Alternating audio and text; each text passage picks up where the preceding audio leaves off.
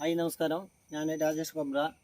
ഞാൻ പ്രകൃതിയെ അങ്ങനെ നശിപ്പിക്കാത്ത രീതിയിൽ നമുക്ക് കൃഷി ലാഭകരമായി ചെയ്യാം എന്നുള്ളതാണ് ഇവിടെ പറഞ്ഞുകൊണ്ടിരിക്കുന്നത്.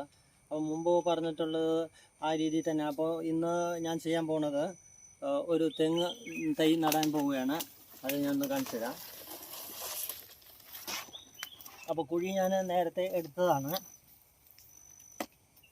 അപ്പോൾ ഈ രീതിയിലൂടെ നമ്മൾ സ്വന്തം ജൈവ രീതിയിലൂടെ തയ്യാറാക്കിയ ഞാൻ ചക്ക ചേർത്തുകൊണ്ട് സ്വന്തമായി നിർമ്മിക്കുന്ന ഈ വളം ചേർത്തുകൊണ്ടാണ് ഞാൻ നടുന്നത്.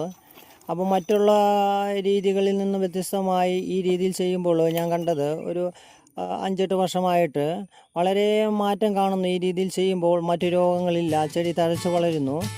ആ ഒരു പ്രചോദനമാണ് ഞാൻ പിന്നീട് ഇത് പ്രാബല്യത്തിലാക്കി ചെയ്യുന്നത്.